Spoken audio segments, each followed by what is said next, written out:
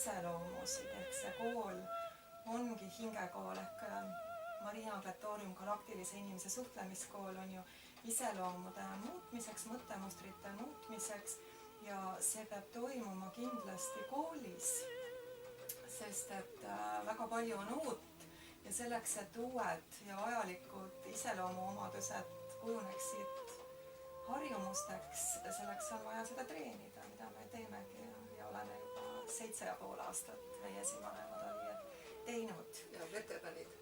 Ja noh, ütlen selle ka ära, et meil ju tegelikult selles õppeprotsessis näidatakse eeskujusid, mis on kõrgteaduslikud ühiskonnad, näiteks Siiriuse elanikkond, kuidas nemad elavad, on meile raamatute kaudu näiteid toodud ja samamoodi siin samas meie aladel kunagi laiunud kõrgteaduslik ühiskond. Tegelikult võiks ka meie maaelanikkond niimoodi elada, kui meil puuduks isekus ja kui me ei arvaks, et kõik see, mida me silmaga näeme, ongi kogu maa ajalugu ja inimeste elulugu. Ja no sa tõid väga õige külje jällegi välja, et see iseloomude puhastus ja kasvatus. Aga nüüd inimene, kes meie koolist väga palju midagi ei tea, võib ju küsida, et aga miks see iseloom siis nii tähtis on? No arusaadav, isekust võiks vähem olla, mida me igapäevases elus kogeme ja vajame. Aga kui sa räägid sellest kõrgteaduslikust pürgimusest ja mida Kadrigi välja tõi, et tegelikult inimkond peaks jõudnud tema inimliku kõrguseni, ehk siis galaktilise inimese mudelini, et missugust rolli siis nüüd see iseloom selles mängib ja kokkuvõttes paljude inimeste iseloom.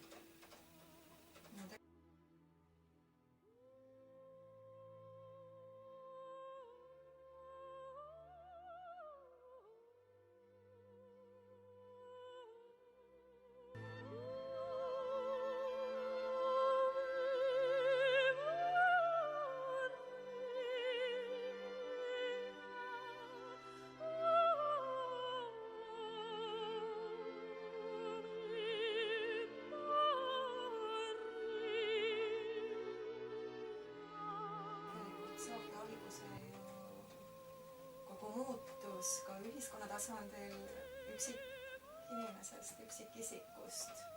Nii et me saame suurt lugu luua ja muuta, kui me iseendast alustame. Ja see hingekool, hingeravikool nüüd uue terminina, et see annab suurepärase võimaluse tegelikult oma iseloomus nende sügavate valukohtadega tegeleda. Sest kõrgteaduse abiga ulatutakse nende sügavate valukohtadeni, mille juurde tavaterapeudid, ei vaimsed, ei maised ei pruugi ulatuda. Ja tõesti aidatakse nendest valukohtadest ka läbi tulla ja sellest saabki alguse suhtlemise ja suhtumise muutus. Ja tegelikult siis õpetatakse või aidatakse inimestest tuua välja see hooldaja loomus, mis meil loomu poolest olemas on, aga paljudel inimestel on see kaduma läinud, et see on üks eesmärk, siis armastusega suhtlemine ja sellest tuleneb juba empaatia ja kõik muu inimeste vaheline suhtlemine, mis muudabki ühiskonda paremini. Ja see on küll väga hea vastus ja hea kokkuvõte, sellepärast, et kui kujutada ette seda, et nüüd väga palju inimesi hakkab oma iseloomuga tegelema, oma isekusega ja saab aru, et tegelikult meie peamine ülesanne hingedena siin maa peal oma füüsilises kehas on üksteist ja planeeti aidata ja kui väga suur osa, ma ei arvagi, et 100% sellega toime tuleb, aga kui väga suur osa inimkonnast sellega hakkama saab